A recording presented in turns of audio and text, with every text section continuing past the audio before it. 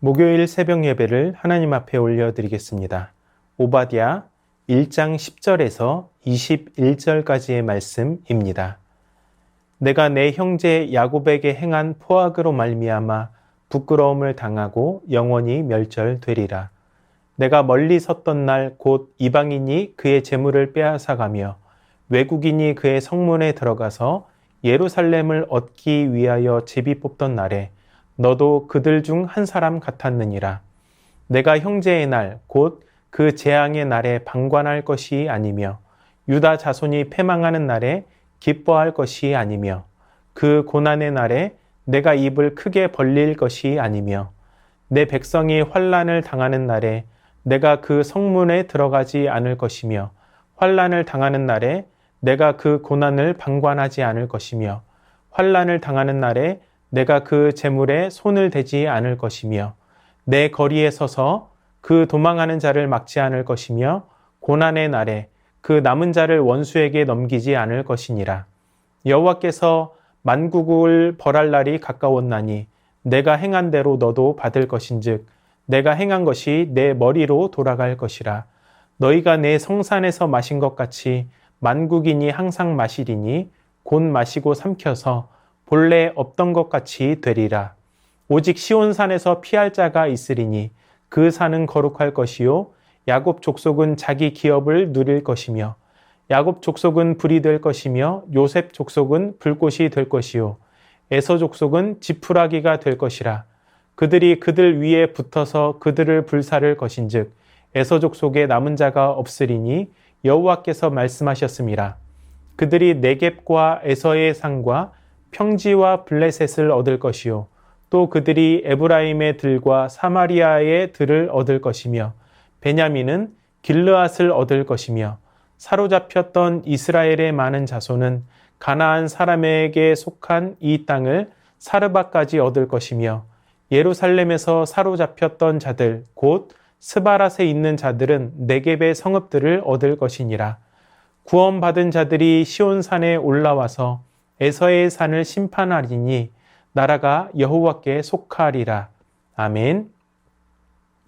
법률 용어 중에서 부작위범이라는 말이 있습니다.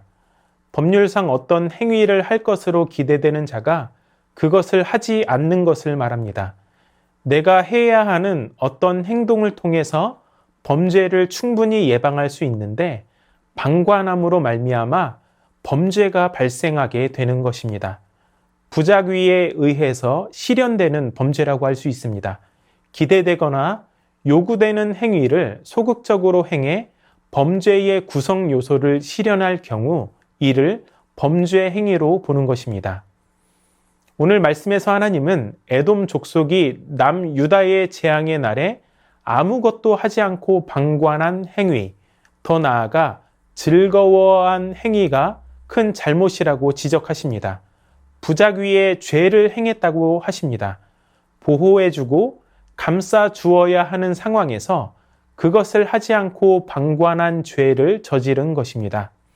어제 말씀에 이어서 오늘 말씀은 에돔 심판에 대한 구체적인 이유가 제시됩니다. 10절에서 에돔은 형제 야곱에게 행한 폭력으로 인해 수치를 당하고 영원히 멸절될 것이라는 경고를 받습니다.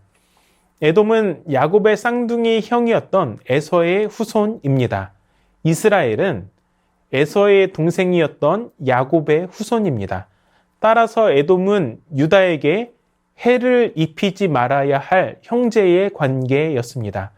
그러나 에돔은 형제인 유다에게 폭력을 행사합니다.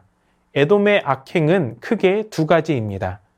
이방인이 유다를 괴롭히고 탈취할 때 이것을 방관한 것입니다. 또한 그 이방인들과 동맹 관계를 맺고 한 패거리가 되어서 유다를 괴롭힌 것입니다. 11절은 그들의 방관이 이방인과 한 패거리로 행한 것과 같다는 사실을 알려줍니다. 에돔이 멀리 서서 구경만 하던 그날 이방인이 야곱의 재물을 빼앗고 외적들이 그의 성문에 들어와서 예루살렘을 탈취하려고 제비 뽑던 날에 너도 그들 중에 한 사람과 같았다라고 말씀하고 있습니다. 이어지는 말씀은 형제의 고난을 방관하지 말고 괴롭히는데 동참하지 말 것에 대해서 말씀하고 있습니다. 유다 재앙의 날에 방관하지 말라고 말씀하십니다. 유다 자손이 패망하는 날에 기뻐하지 말라고 하십니다. 고난의 날에 입을 크게 벌리며 웃지 말라고 하십니다. 유다가 환난을 당할 때에 그 성문에 들어가지 말고 고난을 방관하지 말며 환난 당할 때 그 틈을 타서 재물을 훔치지 말라고 하십니다. 죽음을 피해 도망 다니는 자들을 막지 말라고 하십니다. 남은 자들을 원수의 손에 팔아버리지 말라고 말씀하십니다. 하나님께서는 이렇게 구체적인 말로써 에돔에게 경고하십니다. 그러나 BC 586년 바벨론이 예루살렘 성을 함락시킬 때 에돔은 바벨론에 동조하고 약탈을 자행했습니다. 에돔은 돌이킬 수 있는 골든타임을 놓쳤습니다. 오바댜를 통해 전달된 하나님의 말씀으로 돌이킬 수 있는 유효기간이 있는데 그 기간이 끝나버린 것입니다. 이제 하나님의 심판이 가까이 왔습니다. 그런데 그날은 에돔만 벌하시는 날이 아닙니다. 여호와께서 만국을 벌하시는 심판의 날입니다. 하나님은 어느 한 민족을 특별히 싫어하셔서 벌을 내리시지 않습니다. 15절 후반부의 말씀처럼 어느 민족에나 상관없이 행한 대로 갚아주시는 분이십니다. 북이스라엘과 남유다도 죄악 때문에 하나님의 심판을 받았습니다. 하나님의 백성도 이방 민족도 그들이 행한 죄 때문에 심판을 받습니다. 오바댜에서 강조된 것은 하나님께 선택받은 민족과 그렇지 못한 민족 사이의 차별이 아닙니다. 잔인한 배신으로 그 이득을 즐긴 악한 자들에 대한 심판, 그리고 참혹한 어려움 속에서도 살아남은 이들의 승리가 증명되는 그 공의가 오바댜의 중심 주제입니다. 하나님은 극한 고통 속에서 신음하고 있는 이들에게는 구원의 희망을 주십니다. 또한 이웃의 고통을 방관하고 악용하는 자들에게는 심판의 경고를 내리십니다. 여호와의 날에는 양면성이 있습니다.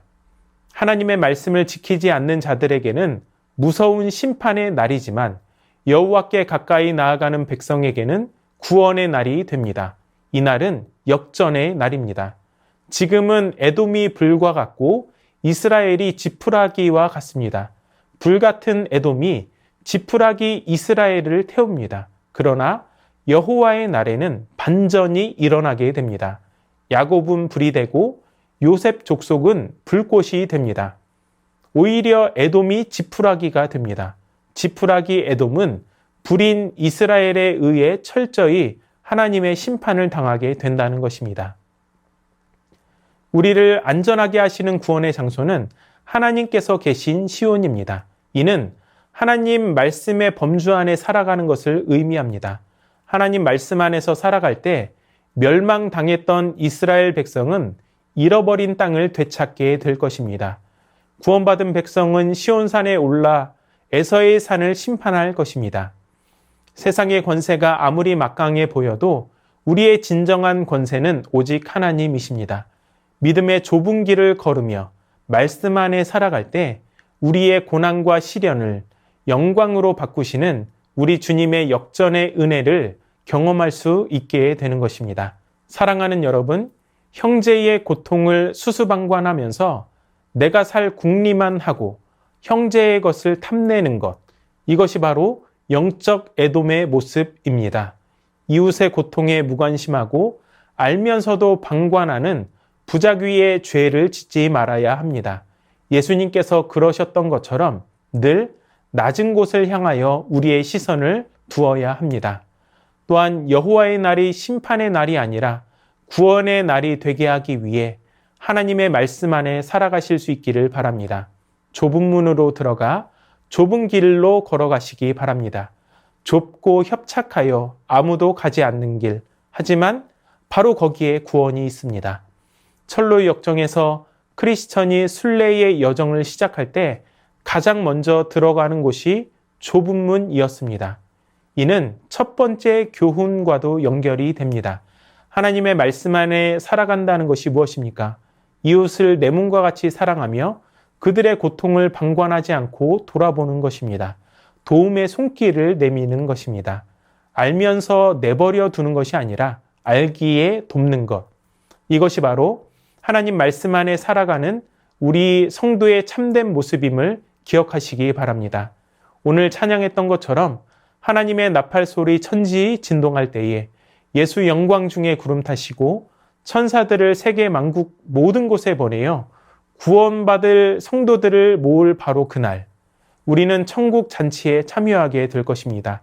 그날까지 이웃의 아픔에 공감하고 시련에 함께 슬퍼하며 도움의 손길을 내미실 수 있기를 바랍니다. 말씀을 따라가는 이 귀한 은혜가 오늘도 삶 가운데 충만하시기를 주님의 이름으로 축원합니다. 말씀을 기억하며 다 함께 기도하겠습니다. 이웃이 어려운 일을 겪고 고난을 받을 때 방관하고 모른 척하는 것이 아니라 함께 공감하고 짐을 덜어줄 수 있는 하나님의 자녀가 되게 하여 주시옵소서. 여호와의 날이 심판이 아니라 구원의 날이 되도록 성도로서 늘 하나님의 말씀을 삶으로 투영하며 좁은 문, 좁은 길로 걸어가게 하여 주시옵소서.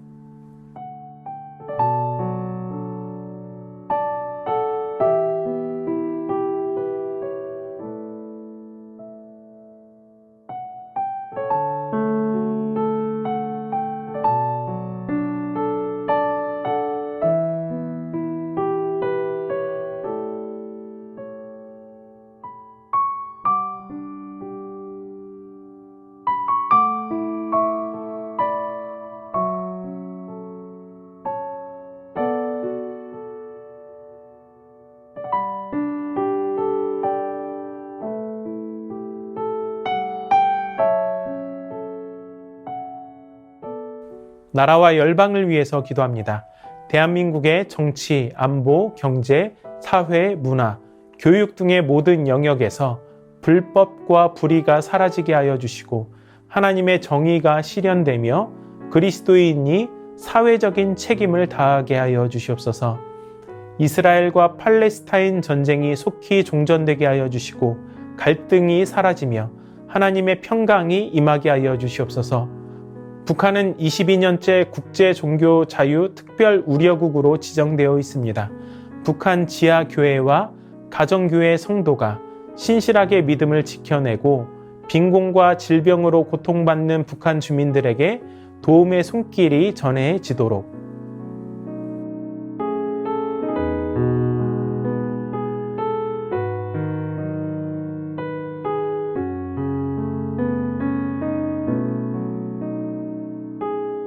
교회를 위해서 기도합니다. 담임 목사님 늘 성령 충만하게 하시고 말씀의 능력과 힘을 더하시며 삶에 그리스도의 흔적이 나타나게 하여 주시옵소서. 오늘 진행되는 목요 전도를 통해 복음의 씨앗이 뿌려지게 하여 주시고 그 씨앗이 자라고 열매 맺게 하실 하나님의 역사를 기대함으로 나아갈 수 있는 시간이 되게 하여 주시옵소서. 가족 초청 전도주의를 통해 교회를 찾은 가족들이 계속해서 교회에 나오고 하나님의 말씀을 통해 흔들리지 않는 구원의 확신 가운데 자라가게 하여 주시옵소서.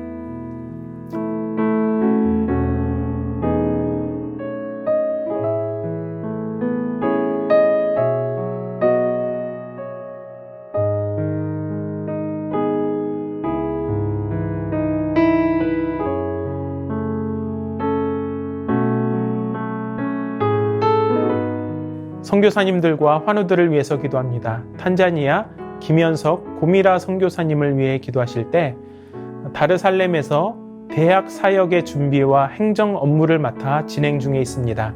다르살렘이 바닷가라 습하고 더운 환경에서 지내다 보니 빨리 지치게 되는데 오가는 길을 지켜 주옵소서. 또한 아루샤에 남아있는 선교사님 가족의 안전을 지켜 주시옵소서. 어린이 예배를 통해 교회에 오는 모든 아이들이 예수님의 사랑을 경험하고 주님을 만나는 귀한 예배 될 수 있도록 함께하는 스태프들에게 힘을 주어 기쁨으로 섬길 수 있게 하여 주시옵소서. 이정희 집사님 담도의 스텐트 시술을 하였고 조직 검사 결과를 기다리는 중입니다. 좋은 결과가 있게 하여 주시고 회복시켜 주시옵소서. 이용님 성도님, 등에 생긴 종양 치료를 위해 항암을 시작했습니다. 후유증 없게 하여 주시고 완치까지 선하게 인도하여 주시옵소서. 서순자이 권사님, 폐암으로 투병 중이십니다. 항암 치료 중 부작용 없게 하여 주시고 힘든 항암을 잘 이겨낼 수 있게 하여 주시옵소서. 고부덕 권사님, 드시는 항암약으로 12월까지 치료를 하시게 됩니다. 현재 7차 항암을 하고 계십니다. 부작용이 없게 하여 주시고 체력 주시고 강건하게 지켜주시옵소서. 권호순 권사님, 암 수술 이후 림프절로 전이되었습니다. 먹는 항암제로 계속 치료 중에 계신데 계속되는 항암을 잘 견뎌낼 수 있는 체력과 힘을 주시옵소서. 노성빈 형제, 크론병을 앓고 있습니다. 1월부터 주사제 치료를 이어오고 있습니다. 소장의 염증이 깨끗하게 사라지게 하여 주셔서 일상생활을 하는데 어려움이 없게 하여 주시옵소서. 최경화 집사님의 아버님, 퇴원하시고 가정에서 치료 중입니다. 담대함 주시고 재활에 적극적으로 임할 수 있는 마음을 주시옵소서. 김명자 성도님의 자부, 배지양 성도님을 위해 기도합니다. 항암이 효과가 없어서 요양원에서 자연 치유를 하려고 합니다. 강건함을 잃지 않게 하여 주시고 무엇보다 예수님을 삶의 주인으로 영접하는 성도님과 가족이 되게 하여 주시옵소서. 주한숙 권사님, 차영미 권사님, 윤금덕 권사님, 김진옥 집사님의 어머님, 이기범 집사님, 강동엽 어린이, 이민환 권사님, 신혜남 권사님, 이춘실 집사님, 김민혜 집사님, 최혁기 성도님, 이길태 집사님, 김찬준 집사님, 정순근 권사님, 김봉남 권사님, 김광순 권사님, 박문천 집사님, 최혜랑 집사님 아버님, 이 시간 선교사님들과 환우들을 위해서 기도하시고 개인의 기도로 하나님 앞에 나아가도록 하겠습니다.